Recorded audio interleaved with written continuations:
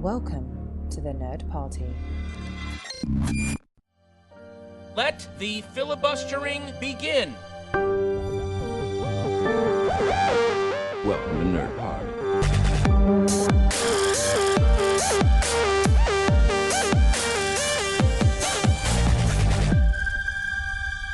Hello and welcome to Filibuster here on the Nerd Party Network. In today's episode, I'm joined by writer Lisa Klink to discuss her career and focus on her time working on Star Trek, where she wrote an episode of Star Trek Deep Space Nine, Hippocratic Oath, before moving to write for Star Trek Voyager for 3 seasons, working in writing rooms under showrunners Michael Piller and Jeri Taylor.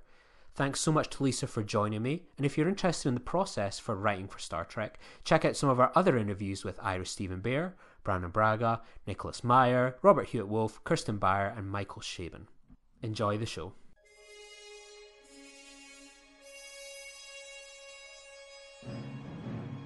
When did you sort of realise that you were interested in sort of pursuing a career in the creative arts as a writer, Lisa? Well, I'd always been interested in books and literature, and I was an English major in college, but I wasn't quite sure what I wanted to do with it yet. And then I took a film class my junior year, and they had a producer come out from Hollywood and show us his latest film and talk about his work. And I said, I want to do that. I want to make movies. In fact, I wanted to direct movies. That's kind of what brought me out to Los Angeles in the first place, is that I wanted to direct movies. But then I went and I worked for a director, and I saw what her life was like and what her process was like, and realized I do not want to direct movies after all. I wanted to be in earlier on the process. I wanted to be sort of tell the story for the first time. So rather than interpreting somebody else's script, I wanted to generate the script myself. So that's when I started becoming interested in writing for movies or for television.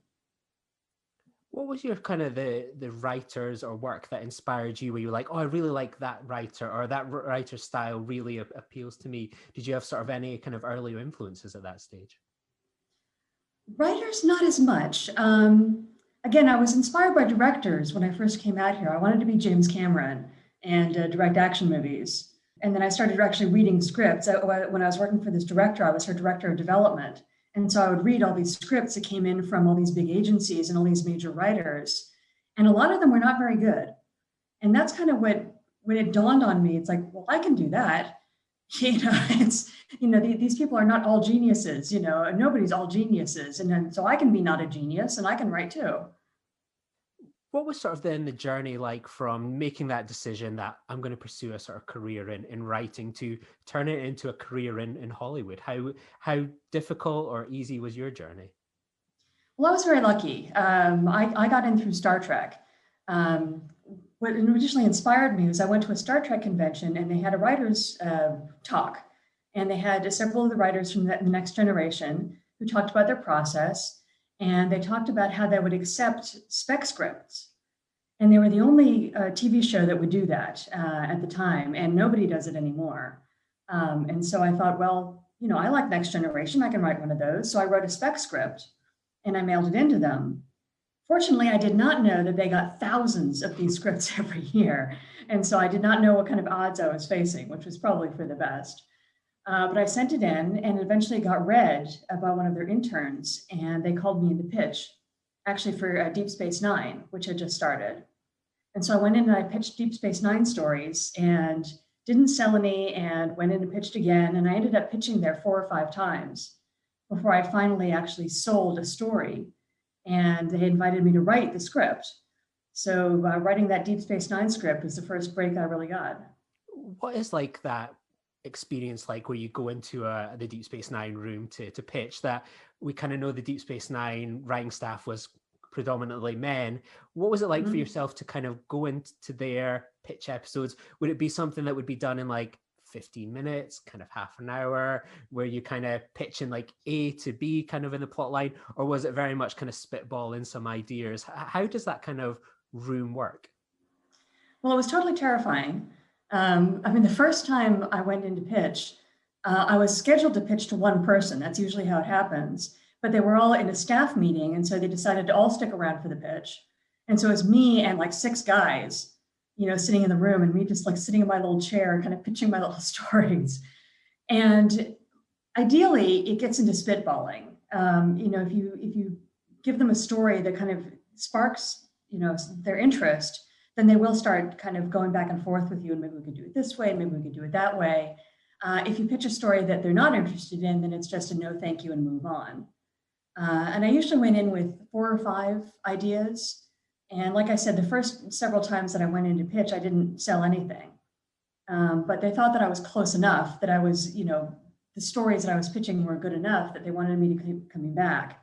And then when I did actually pitch the story that they liked, it was me and 2 other writers in the room, and we started tossing around ideas, and maybe we could make it like this, and maybe we could make it like that. And we finally settled on what the story turned out to be. What was it like when you get that word after trying with Next Generation, all the Deep Space Nine things, to go Hippocratic Oath, it's happening, we'd like you to write for the show? What's that moment like when you feel like you've kind of broken in? Oh, it was totally amazing. I mean, by that time I knew what the odds were, and I knew how many other writers I was competing against. And so it was an indescribable feeling. That kind of open door policy that you spoke about with like spec scripts has long been closed, but it brought so many kind of great writers into Star Trek, like yourself, kind of Brandon Braga, Ronald D. Moore, a lot of kind of writers over the years. Is that kind of a loss to the industry? I know that they said like there's a drawback in terms of legal routes, but is it when you see like where kind of people have gone with like their careers, like that's a thing that's kind of tragically lost now? Because where could be the next Lisa Klinks, Ronald D. Moores out there that maybe don't get that chance? Well, the thing is, you have to start with a series that is going to go for a while and that people can really get familiar with. A show that is just like, had half a season, it's kind of hard for people to write spec scripts for it. But a show that's been on the air for 4 or 5 seasons, you really kind of get the sense of the character voices and what kind of stories they tell. And so I think that that kind of policy would only work for a certain number of series, like a Law and Order. You could write a Law and Order at this point. There have been enough of them. But like I said, a show that just started, it must be kind of difficult for writers to get the voice of it. But I do think that it is a loss. I mean, certainly as a writer, I would encourage open policies to kind of hold a hand out to future writers. Obviously, Hippocratic Oath was incredibly well received. Did that sort of then help you with the role on the Voyager writing team? How did that kind of transition come around? Well, apparently it happened behind the scenes. I didn't realize that Voyager was just starting up and that they were looking for a staff writer. And Ira Stephen Bear, the producer of Deep Space Nine, apparently passed my script on to Jeri Taylor and said, well, we like her. Why don't you look at her for staff writer? And she did, and she liked the script. And then she called me. So I get this call from Jeri Taylor, and she says, would you like to be on staff at Voyager? I think my response was, really? But obviously the answer was yes. And I was very lucky to have that be my first job in the industry. It was a wonderful writing room and a really good show. You kind of came on board during season 2. What was it like to drop into the kind of writer's room at that kind of period of the show? Well, it was kind of comforting, I got to say. I mean, everybody at that point really knew what they were doing. I mean, a lot of them had been on the show since Next Generation and Deep Space Nine. And, Jeri Taylor, Michael Piller, Rick Berman were all very experienced with Star Trek. And so I kind of felt like I had backup, like even if I pitched a stupid idea, somebody else would have an idea of how to fix it. And again, the show had been on long enough that I kind of had the voice of it, and I had heard the characters. So it's kind of nice when you're writing to be able to hear what the actors are going to sound like saying your lines. So I actually found it really comforting. What would be like a typical week in a Voyager's writing room for those that aren't kind of familiar with the process? What would it be like for you Monday to kind of Sunday in that kind of role? Well, on Monday, let's say, we had about, I think, 5 writers. And so we would kind of go in sequence in episodes, everybody would write 5 and then you go back and everybody would write, 1 again. And so if it was your turn to kind of come up with an episode, then, maybe on Monday you would go into the room and pitch stories.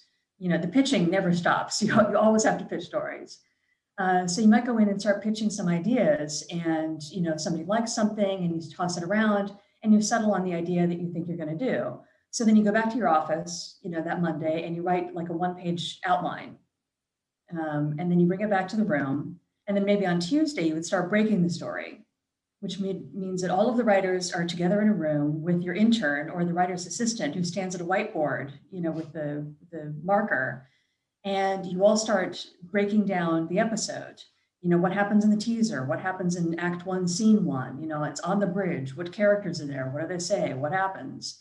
And you go around, the entire room and kind of pitch out, again, what happens and what happens in each scene.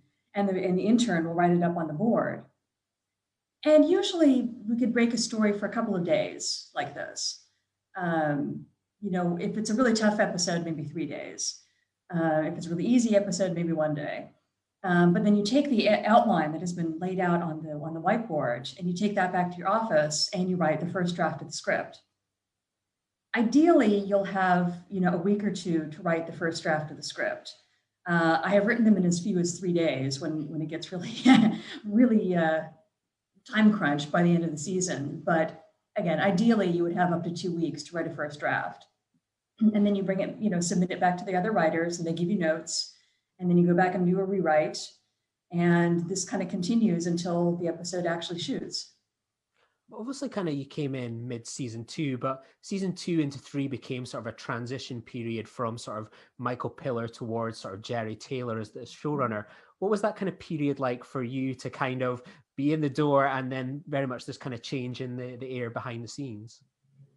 Well, Jeri was a terrific showrunner. I got to say, I got totally spoiled. I hear, my other writer friends who've had, bad experiences with kind of toxic writing rooms. But Jeri ran a very good room.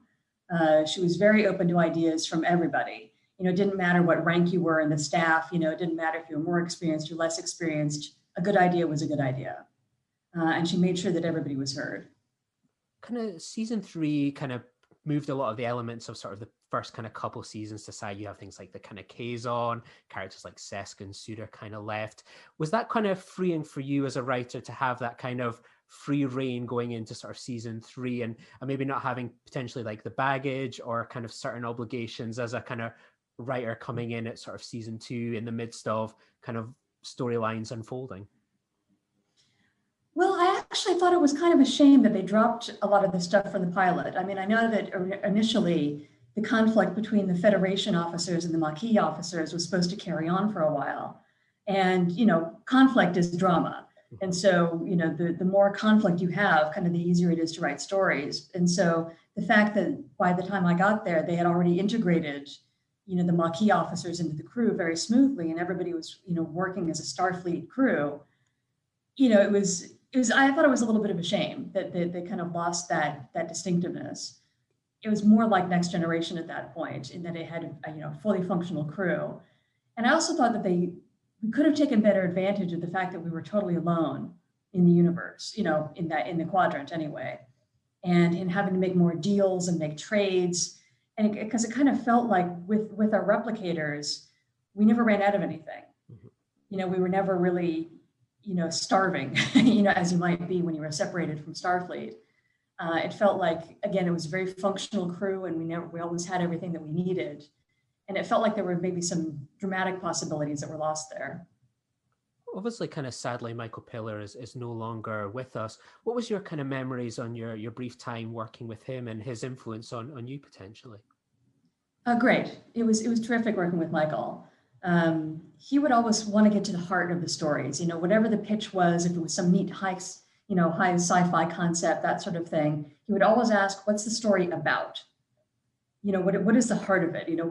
What are we getting at? What is the allegory, or what is the character development? And so he was always really good at making you dig a little bit deeper to tell a story that really made a difference on the show.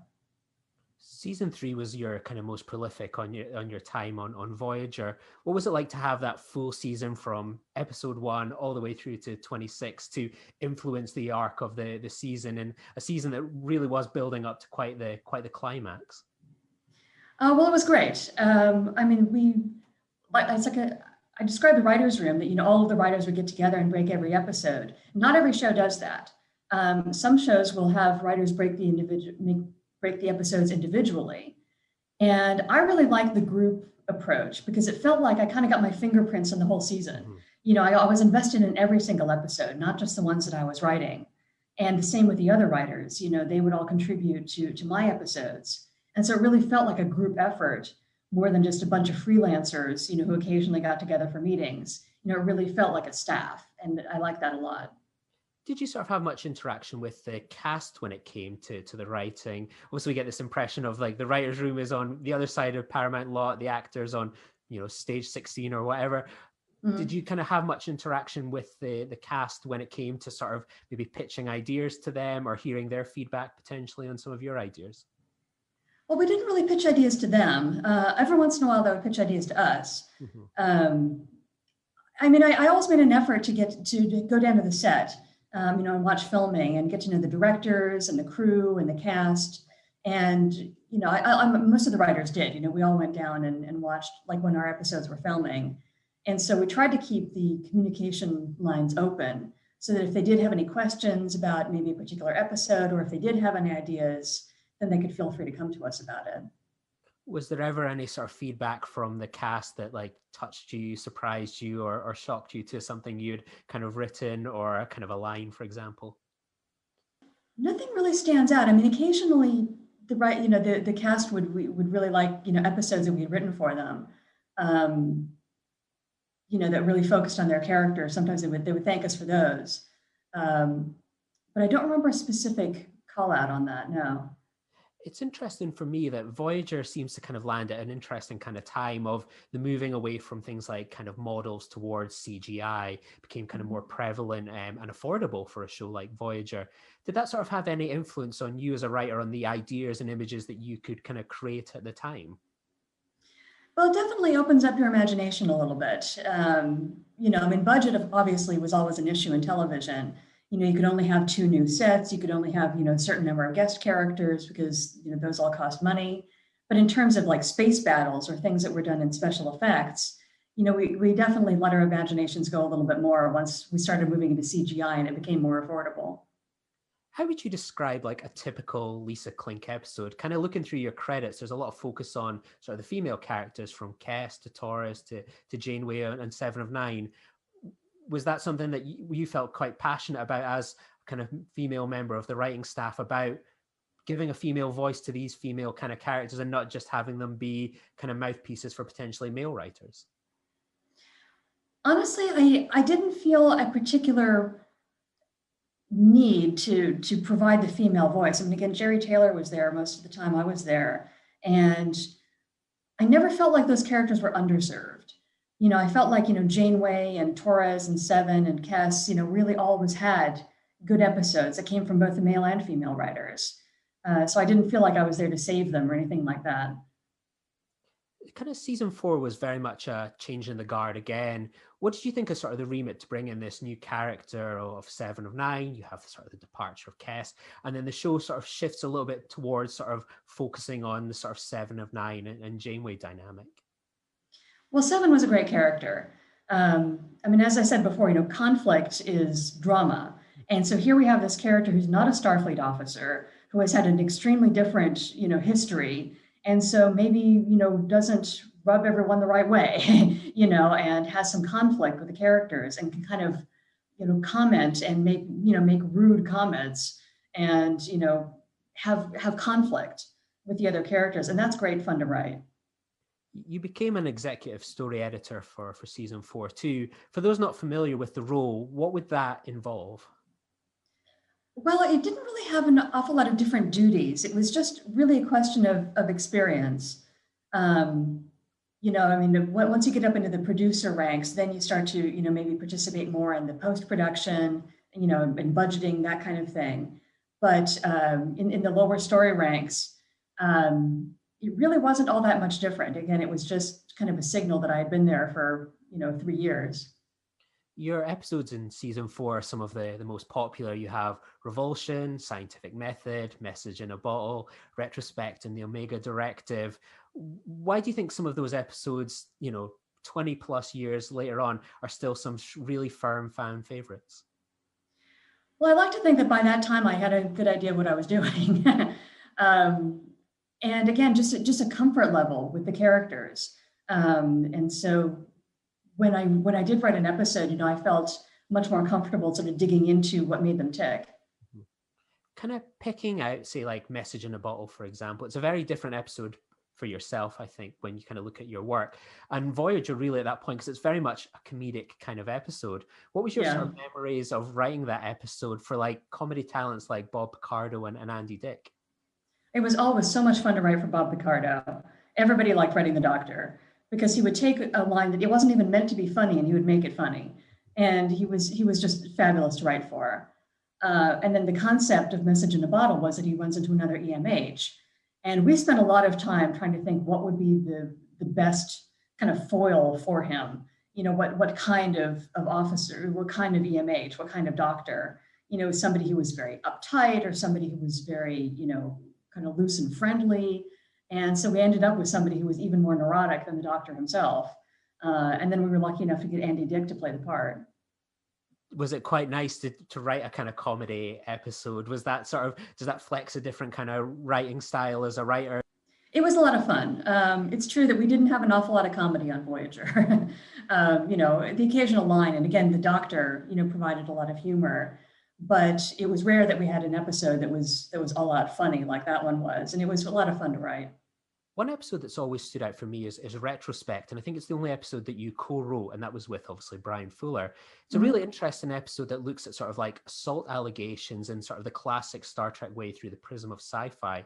What was kind of the origins of that episode? Because it's become an incredibly timeless episode, and what do you kind of think looking back on it? Well, at the time, I remember there was a lot had come out about allegations of child abuse, which turned out to be false, and recovered memories that turned out to be false. I think it was Elizabeth Loftus was the psychologist who really was involved a lot in exposing sort of how memories could be manipulated and people could be made to remember things that didn't really happen. And we found that really fascinating. And so we thought that it would be interesting to do that with one of our characters, and we decided to do it with Seven. And that episode has become kind of controversial, actually, because people have taken it to mean that we shouldn't believe accusers, but that's really not at all what we had in mind. We really wanted to look at people who manipulated other people's memories for their own purposes, and that sort of manipulation. What was kind of Brian Fuller like as a writing partner? Obviously, that was the only time in your run that you kind of co-wrote with a writer. How did your, format to kind of write change alongside Brian? And what was your kind of memories of working alongside him? Oh, it was great fun. Brian was a terrific guy, still is a terrific guy. And we were good friends. And so that's why we decided to write an episode together, because we had always worked together well in the room and bounced ideas off each other well. And, the great thing about having all the writers in the same building is that, say you're writing a script and you run into a bit of a problem with a scene, you can always just go next door and say, can you help me with this? And Brian and I had done that for each other before. And so, like I said, that's kind of what inspired us to write something together. Kind of season 4 was obviously the final run of Jeri Taylor and the move towards sort of Brannon Braga as kind of the showrunner. What was it like to kind of go through again, sort of that kind of changing of kind of the guard? And is it difficult for having a sort of turnover of showrunners like that? That's kind of 3 very different and unique approaches they've all taken to sort of Voyager. And did you sort of have to kind of keep adapting to that, or did you sort of have your North Star in terms of, I know what a Lisa Klink script and story is, and I can work with whoever's the head honcho at the time? Well, there's always some adaptation. Different. The tone of the room really comes from the showrunner, and so it is a bit of an adjustment. But again, I mean, Voyager was so well established at that point. That, we all knew what a good Voyager episode sounded like. We all knew what the characters sounded like. And so, whether it was, Michael or Jeri or Brannon, we were all kind of steering in the same direction. You kind of left Voyager, obviously, after the kind of 4th season. What made you decide to step away from the franchise? I think it was curiosity more than anything, to see what else I could do. There were so many other shows out there that I really liked, and I really wanted to see what what other voices I could write in.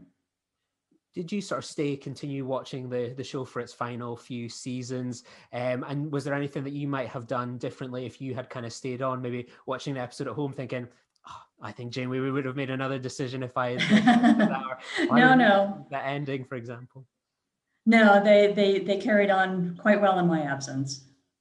Trek obviously had kind of come under sort of criticism at times in the 90s, where we touched on it a bit with Deep Space Nine, that it was predominantly kind of male writing rooms. Was it important for you to be sort of a prolific kind of female writer on Star Trek? I know even as a young kid, when I would watch the episodes, I would recognize female names as the writers, and it would stand out thinking, oh, that's something different this week, or even kind of a female director. Well, it's not just a Star Trek thing, I got to say. I mean, most of the writers' rooms that I was in, I was either the only woman or maybe one of two. And so that really is a phenomenon all across television, not just in Star Trek. But I was very aware that, of my gender, and being the only woman in the room sometimes. Kind of Voyager has recently sort of celebrated its 25th anniversary. What do you think the key to the show's success is as a writer? I mean, a few years ago, I spoke about it actually with Brannon Braga when I interviewed him, where Netflix don't really release much in the way of information about their shows, their numbers, what's the success. But they released a list of like 10 episodes of Star Trek that were the most popular, and it was dominated by Star Trek Voyager. Yeah. I mean, as a kind of example as well, and I've never spoken to my neighbor, but every time I go to sleep about 11 o'clock at night, I hear the Voyager theme playing the kind of the walls, where I'm thinking, oh, that guy's, watching Voyager. It's still this huge success. What do you think kind of has made it such a popular hit after 25 years? And one, for a lot of people, it's their favorite show. It's all about the characters. It really is. I mean, you can throw all the high concept, sci-fi, imaginative stuff at the wall as you want, but really what matters is that people care about the characters. And I think that we had some really good characters and really good actors. And I think that's really what people get attached to. With anniversaries and landmarks like this, do you find yourself kind of looking back and reflecting on your time? Have you had that moment of kind of self-reflection with the anniversary kind of landmark? Oh, absolutely. Absolutely. I mean, and it's amazing that Voyager is still on, on BBC and all around the world. And just the fact that it continues, is really gratifying. Voyager came at like a really interesting sort of time in sort of television landscape. It was still kind of going with the very episodic format that was so popular and prevalent at the time, where something like Deep Space Nine had the freedom to embrace serialization. Was that episodic format something that you enjoyed, or did you maybe cast your eyes towards sort of Deep Space Nine and what they were able to do with, 10 episode arcs, serialization, all these kind of supporting characters? Or was it sort of thinking like, oh, that's an anomaly. What Voyager is actually traditional television in a way? I think it would have been fun to do some longer arcs. I think it would have given us a chance to maybe dig a little bit deeper into some of the characters, rather than sort of hit the reset button at the end of every episode. I'm not sure if you've seen it, but obviously there was a Deep Space Nine documentary kind of a couple of years ago with Ira Stephen Bear, where he brought together a writer's room to kind of create a season 8 opener of Deep Space Nine. If one was done in the future for Voyager, because I know they're sort of working on a documentary at the moment, and you were asked back with, say, Jeri, Brannon, and Brian, for example, what would you kind of what would be your idea or pitch on, like, it's the Monday morning, let's get some pitches going? What would your idea for like a season 8, episode 1 of Voyager be? Wow, season 1 of episode 8. Well, actually, I think it would have been interesting after the Voyager crew came home to Earth to kind of see how they readjusted back to their lives. To see, I mean, they'd been gone for 7 years. And, we'd established, like, for example, the Tuvok had a wife and children, and how did that work when he was trying to integrate back into his life? And how about Janeway when she went back to Starfleet, and having been a captain, did she get promoted to admiral, which, we found out later that she did. And again, what was that like for her? So I think it would have been interesting to see the characters on Earth.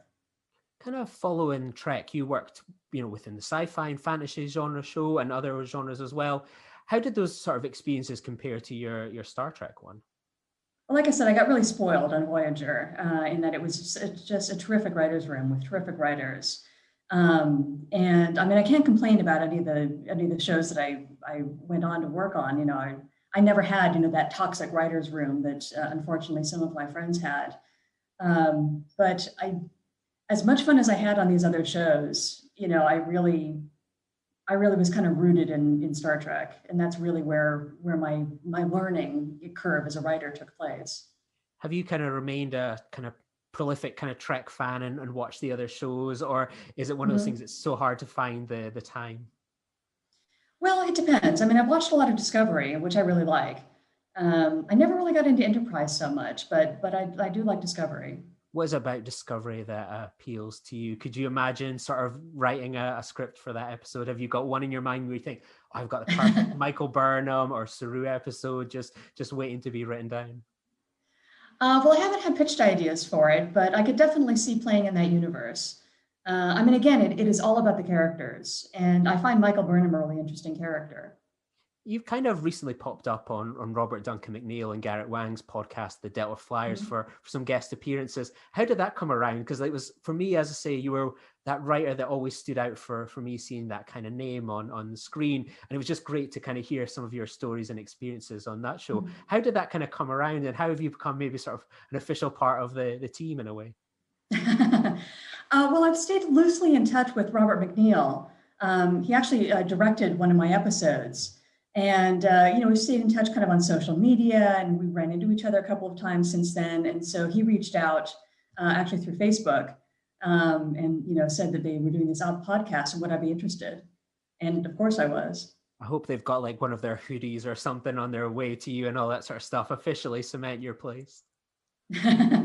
Yeah, well, they said they would have me back on again. I would really like that. Kind of one of the things I'd read after sort of your kind of work and writing that you sort of moved towards working within the voluntary sector. What kind of inspired that transition to maybe take a step away from writing? Well, I've been writing on my own. I've been writing novels, and that leaves a lot of time, you know, to pursue other things that I'm interested in. One of those is animal rescue. I've been working with Much Love Animal Rescue for about 13 years now. And that's something that I'm really passionate about. And so I'm very glad to have time to do that. What is a kind of a Lisa Klink novel like? You know, how is that kind of process obviously naturally different from TV writing? How have you found the kind of the process for writing novels? Well, it was great because I had worked on a TV show with the executive producers Lee Goldberg and William Rabkin, who became friends of mine. And then they went on to edit a series of books called the Dead Man series, which had the same protagonist, but just sort of in different adventures. And so in a way, it was like writing for television. I got to make a nice transition, you know, to write sort of with their characters and in their voice with my friends as editors. And so that kind of got me into writing. And that was I want to say fantasy, supernatural, you know, kind of story, which is something that I really enjoyed doing. And so actually the novel that I'm working on now is also a supernatural story. Excellent. When might people be able to expect that to kind of come down the pipeline? Hopefully within the next year or so. Excellent. I'll look forward to that one. And obviously it's been an interesting kind of year for the creative arts. Like we're approaching sort of nearly a year of kind of lockdowns and that effect. How has it been for you sort of as a writer to kind of work within that kind of time? Do you find sort of the fires burning of writing scripts and, you know, novels, or has it been one of those things, has it been more challenging to sort of write in the kind of a lockdown and with the challenges we're facing out there at the moment? Well, in terms of actual like day to day, it hasn't really affected my life all that much. I mean, as a writer, I'm used to working at home by myself. And so, you know, I'm kind of used to that isolation. And so, like I say, day to day, I'm pretty much at home doing my work like usual. And so I haven't found it really affecting me too drastically. What have you been kind of watching and reading in lockdown that's been inspiring to you or helped make the days go by that little bit quicker? Well, I just binge watched For All Mankind, which was actually Ronald Moore's new series. And it was fantastic. I really loved it. And that was one of those shows that I had envy for. You know, it's like I really wish that I could write for that show. I think that would be just a blast. For people that want to kind of stay up to date with news about your future work and novels, where's kind of the best places to reach out to you, Lisa? Probably social media. You could follow me on Facebook and Twitter. That's where I pretty much post, things that are going on with me. Well, it's been an absolute pleasure to chat with you today. It's been really insightful to kind of learn about your career, your work on Star Trek. It's been a real honor. So thank you so much, Lisa. Thank you for having me. Join the revolution. Join the Nerd Party. Welcome to Nerd Party.